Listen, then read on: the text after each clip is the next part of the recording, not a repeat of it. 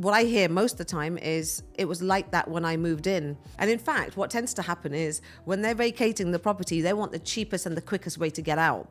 So they'll take as many shortcuts as possible. And now they would know that there's certain problems around the home, but they're hoping that the landlord will not spot it. So if the handover wasn't documented properly, the landlord's going to have a problem proving that the property was or wasn't given in that condition. The standard way of how a property is handed over to most prospect tenants is the broker goes in or the owner goes in, takes a quick video or a few photos and stores them on their phone or a Google Drive where they've eventually lost them. You're not letting the tenant know that this is how the property is actually given to you, and they've not signed off on accepting that this is how the property has been given to them. From my experience, I feel that there's a better way of doing it to ensure that you don't incur or have these issues when the tenant is leaving the property. So what we do is we carry out a pre-move-in inspection where we would go in and inspect the home thoroughly, and that includes the MEP alongside all your floors, walls, tiles, hinges, doors, grouting, insulation, a really thorough check. We compile that into a report and we share that to the tenant and the landlord on this is what the property was like before they moved in. It's also dated